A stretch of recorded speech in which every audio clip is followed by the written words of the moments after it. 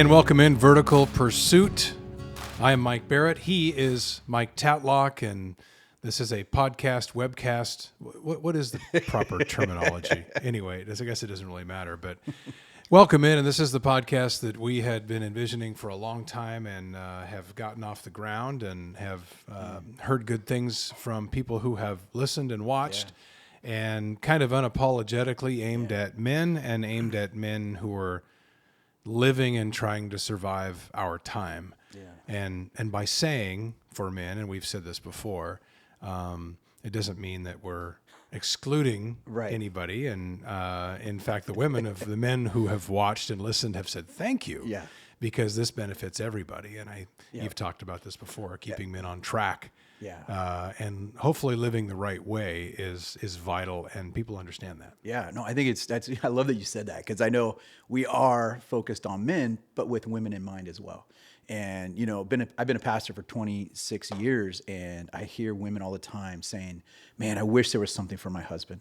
And so, and whether they're married or not, men are going through interesting things right now. And if we can help empower men, encourage men, build them up, then they become better husbands, better dads, better fathers, friends, and all that kind of stuff. So we're focused on men, but the scope of reach is going to go way beyond that. And I said this in maybe a previous episode or maybe in another interview, talking about, you saying there's not anything for men. And when we had kids, this was 16, 17 years ago, it was the mom this and this jog group and this walk group and then mom and me. And then, my wife was in more groups and some around the church, some just friends, and then the wine group, and then this group. And then I'm just kind of out on my own. And part of that's my doing, part of that's my fault, but there just aren't as many things. And I don't think maybe naturally we are as bent to want to do that. But I think opportunities. And then I have friends now, and now I'm already getting sidetracked. We've been on for less than 5 minutes, but I've got friends now who want this. They want that group. They want that community. And when presented with it, they love it. But it doesn't slap you in the face like it does maybe for the women. Right. Absolutely. And I think a lot of things are happening now culturally. Every generation has to face their challenges. So what do men face today that's unique to what we're going through? And I feel like a lot of men are waking up every day and there's I feel like life, culture, society, the world has all these landmines, and guys are stepping on landmines. And there's a lot of men out there who are just getting destroyed. They're wounded. They're discouraged. They're giving up. And it's like, how can we help them navigate that? And how can we, and I think that's the hope of this podcast and video guys, like, how do we help men navigate some of those challenges they're facing? Well, and sometimes we have guests, which we have had. Sometimes it's great to not have guests because I want to pick your brain, and you've got a ton of experience at this. And as you said, you're a pastor and you're an NBA team chaplain. And so part of that is that you help not only men in the church and otherwise men in the community, but you also help these professional athletes where they are at a young age on a stage that is unforgiving. We know that. And so I know that's a valuable resource for them to have. And we have mentioned this before, but I was fortunate enough during my time in the NBA to be able to be in some of those chapel services, those pregame services. That if a lot of people don't know, it involves both teams at the same time. And it's this fellowship, which has a short message. I think they're 15 minutes long. Yeah, that's it. And I think and I'll let you talk about this, but what you're doing is kind of arming these guys with hopefully some perspective. And it becomes a very valuable thing for them to carry into battle, if you want to put it that way. And I know we do that as men, but also arm them for life and hopefully give them a solid foundation rather than sand. And so that is a huge opportunity. And that's why I say, as much as we're not having a guest, we kind of are because you have so much experience at this. And I think there's a lot of valuable things that can come from it. Well, and I think, and just to, a lot of this comes out of our friendship and comes out of, again, last night, we've talked about this, sitting around the fire with Jim, our friend, and we talk about these things. We get real and honest with each other. I think everybody doesn't have access to that. Yeah. And so maybe even through this, we are inviting guys to join us into that deep level of connection, talking. And you talk about, helping guys, whether they're pro athletes, whether you're, a young adult going to college, whether you're a grandfather 60 years old. I think for a lot of guys, the Bible talks about that the life that we live is a battle. And I think a lot of guys are facing battles, but they're not equipped for the battle. And I mean, we all know the picture, like you've been to a sports game, and especially like a football where there's a field and some dude goes running out in the nude suit. Yeah. Everybody knows that image, right? He's out there and we're all cheering for him. Yeah. we're all cheering for him. Security's chasing him down. Usually had a few pops. Totally. Yeah. Like it's probably sometimes the best part of the game. But the point of that is, like, I think a lot of us imagine going to a battle, like a real battle in war, and you see soldiers show up wearing a bunch of nude suits. Right. That's how a lot of guys are facing their battles every day. They have no armor. They don't know. They're going into battles at work, battles in their marriages, battles at home and relationships, wherever it's at, and they're just not equipped. They're not outfitted to engage, and to engage with victory, to overcome on the other side. So I think that's kind of what we've been kind of rapping about a little bit here is, how do we help guys engage in the battle to be equipped and to overcome? So let's back up a little bit. And, we like to hit on topical items, and something that's been in the news a lot is this Supreme Court nomination, the hearings going on, and something that, it doesn't take much now on social media for something to get out there and everybody seizes on it. And so the prospective Supreme Court justice was asked, what is a woman? Mm-hmm. And had a hard time answering that, and everybody seized on that. I don't know what that means. I'm not a biologist. That was the quote. Mm-hmm. So then it got me thinking, and as we've kind of talked about, so what is a man? Yeah. And from our perspective, and maybe even from a biblical perspective, and I know today you've talked about men under attack and masculinity, I think, under attack for whatever that means. Right. And we even tried to dissect that last night a little bit, just speaking about what that does truly mean. From your perspective, and if you're asked that by somebody, what is the answer? Yeah. And how does that line up with the truth? Yeah. And of course, speaking of the word. And I think that's the fact that when that question gets asked and people can't answer it shows the confusion that we live in a society right now. And people are begging for clarity, and we're dancing around this. And so, if I'm asked, like, what is a man? There's the biological side, right? Everybody knows right now, like, if you look at the chromosomes, there's a difference, right? And by definition of a woman is in contrast to what a man is. What a man is in contrast to a woman. So you have to kind of define both at the same time, because part of defining one is showing the contrast of two. So even if you did a forensic and you went to a grave and you dug it up and you didn't know it was an unmarked grave, and you went to it, it was 100 years ago, and you bring the bones up and you're like, is this a male or female? You do the forensics, the DNA is going to tell you that's a woman or that's a man, right? So there's a biological that's very clear. Chromosomes, reproductive organs, those sort of things. I think like that's kind of the easy answer. There's a difference between a man and a woman. But we're more than just biology. Who we are as a person, the holistic part of who we are. I think the thing that I wrestle with right now is a couple of things. And this is, I'm going to give you from a Bible's perspective, because that's what we're doing. We have a lot. The book of Romans tells us that chaos is unfolding on earth. God talks about this. And one of the ways that chaos is happening, it says that creation, because we are created by God. God is the creator. Bible tells us in Genesis 1 that God created male and female in his image, but he created them distinctively, male and female. In Romans chapter 1, what happens is creation starts worshiping creation instead of worshiping the creator. I think what you're seeing right now is creation is trying to define creation by creation's terms. Mm-hmm. We're not asking the creator. So like if I came to you and you're an artist, which you actually are, you've done some great pieces. You're the man of many talents. You could like give you any tool and you can create something amazing. But let's say I come to your garage and I'm walking in your garage. And I'm like, man, that's a crazy, awesome piece of work. And it might be even say abstract, right? And I go, Mike, you're the creator. You're the one that put that together. By creator, you're the one that gets to define what it is. Mm-hmm. And I think like right now, what we need to do, if we're asking this question, what is a man, what is a woman? Let's ask the creator who created the creation. What does he say? And I think right now what creation wants to do is creation wants to say, no, I'm going to define for myself. I think that's where we're gotten off track. So we need to come back and go, we are created beings, men and women, and we need to go to the creator and ask him, how do you want to define us? You're the one that set this whole thing in motion. So I think that we have to do that to help get some clarity. And I always kind of ask, what's the point? And when I hear things like, and we know the language gets hijacked, which it has. And then I was reading yesterday, Disney will no longer say, welcome boys and girls. They're not going to define it. Right. What's the point? Yeah.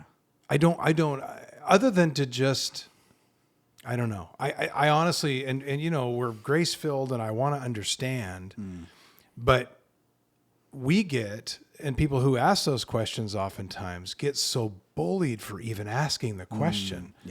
What is the point of that? And other than, I guess, some feeling like things are so broken, they want to completely dismantle, destroy, and then rebuild in their image. And I don't know if that's it or not, but I honestly ask the question at times. And I ask it, I think, from a loving place. What's the point of that? Yeah.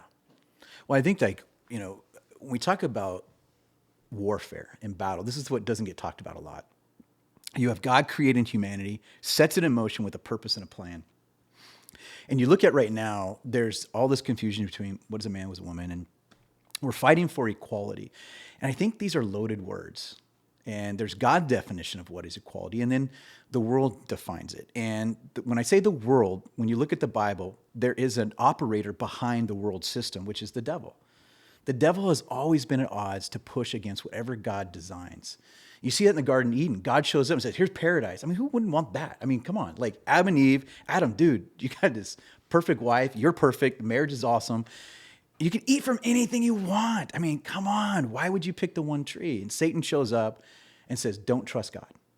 That's at the root of every lie. Satan wants to disrupt and distort what God desires is best for us. And he does it with lies and deception. And lies and deception creates confusion. But comes off as almost trying to offer something that's a positive for the moment, correct? Yeah, absolutely. That's why the Bible tells us that Satan masquerades as an angel of light. So like nobody wakes up one day and is like, I think today I'm going to totally worship Satan. Well, I guess there are some. But nobody wakes up with that intentionality. He's so good at counterfeit. He's so good at convincing you.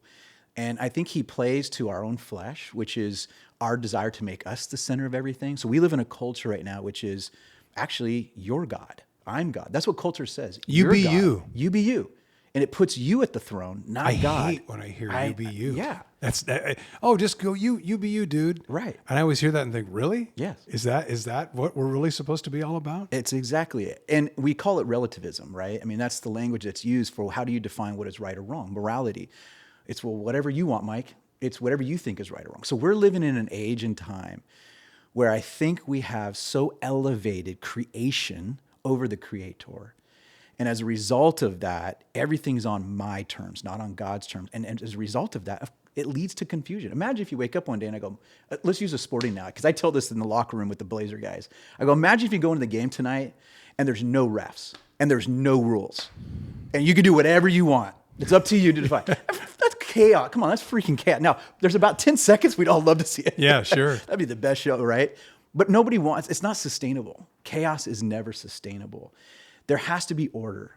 Well, who gets to decide order? And this is what I'm saying. The one who created creation gets it. And he did create order. But Satan wants us to be convinced. He lies to us and says, don't trust his order. You get to decide for yourself. It started in the garden, and it's amplified in our world and culture right now. And that's why you're seeing, I mean, if everybody gets around to decide what's right or wrong, if everybody gets to decide what's male or female for them, it's going to create a culture of confusion. And that's why if somebody's on a stand, go, I can't answer this. And that's I'm just describing symptomatically the issue of the culture that we're living in. And I think the other thing too is when we try to fight for equality, in Genesis, God said he created male and female equally. There is equality. We're all image bearers. Of course there is. Women are created in the image of God. We as men should cherish them as and equal image bearers of God. There's dignity, there's honor, respect in that. The problem is our culture wants to redefine equality, and really what culture is now is implying is sameness. there's a big difference between equality and sameness. You can have equality and diversity, meaning, yes, we are equal image bearers, men and women, but God created us distinctively. And there's a role that we as men play, and there's a role that women play, because God said, I want to express myself through humanity. And so I'm going to express myself uniquely through women. I'm going to express myself uniquely through men. And when we try to convolute that, we actually miss out on the unique beauty that are in women and the unique beauty of the way that God created men. And so I think we need to fight for equality, but equality on God's terms. Equality on Satan's or the world's terms is going to lead to just more confusion. So then and I think most people can agree, if the moral compass of society has ossified to the point where we're at this level, and I always feel, and you were talking about the world, and oftentimes when I was discussing things like social media, I don't feel like that's real life. And I even like Twitter, where I tend to use it as my news feed, and I know I shouldn't. And then I'll read stats that, very 2 or 3% of the entire users are the people that actually post, and they all kind of have an agenda. But back to my point, if we have gotten so off track, and if the moral compass is so broken, how do you get it rectified? How do, in this day and age of instant gratification and a short attention span, and that I think was with a lot of people that I talk to, and even people that I'll invite to church, from maybe just more of a reason of trying to give a baseline and maybe a referee, to put it in those terms. But they go, what do I do with this? And you hand them, you're like, here's the Bible. Yeah. Have fun with that. Right. And they open it up and say, what in the world? Where do I even start with this? Yeah. I think the place, and I'm not answering the question that I just asked, but in community and within some kind of fellowship, I think that's how you can create a discussion, which sometimes can be uncomfortable, that can maybe lead us back. But what is your thought on that? Yeah, no, I think that's a great question, is where do we go? Like, we're trying to remedy this, and you throw the Bible out there, you're like, where? Where do I start? Do I start in the one passage where they're chopping off foreskins? I mean, by the way, that's in the Bible. There's some crazy, you read stuff like that, you're like, I don't know what to do with that. Like, help me out, right? There's a lot. That's why I love the Bible. There's some just awesome stories in there, and there's purpose behind those things. And that's the fun part of being a student of the Bible, is to realize, man, there's like layers of an onion. You peel it back, you go, wow, there's so many amazing things here. I come back to this thing. It's going to sound very, very trite, and it is absolutely the bullseye of the mark, is we look to Jesus.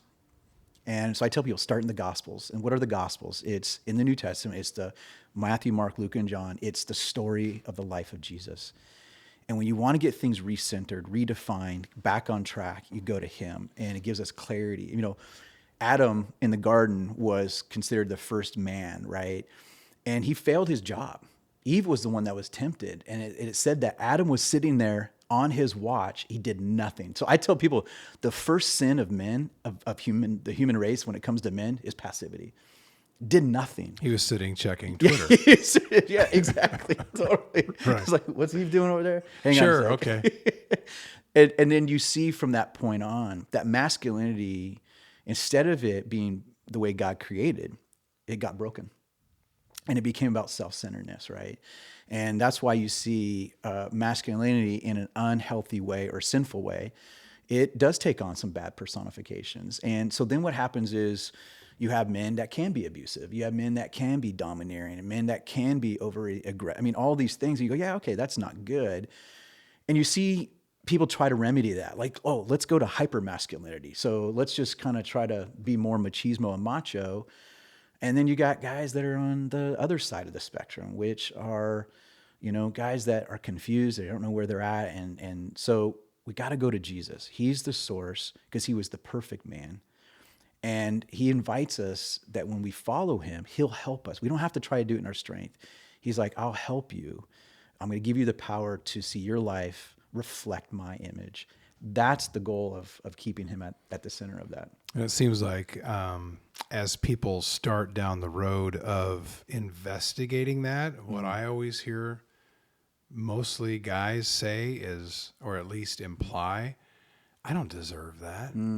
I can't receive that. I'm not a good receiver either. And I think a lot of my battles are based around what I think I deserve. And I heard a great sermon once which ended with, God's in the business of giving you exactly what you don't deserve. So getting over that line and over that wall of, it's been done for you. All it takes is acceptance now. But that's so much easier said than done. Right. So in that battle of receiving this, receiving the good news, receiving the word, and then receiving really what your value is, we talked about this a little bit last night in terms of how you are viewed, and always trying to keep in mind and see yourself the way God sees you is what my father-in-law used to always tell me.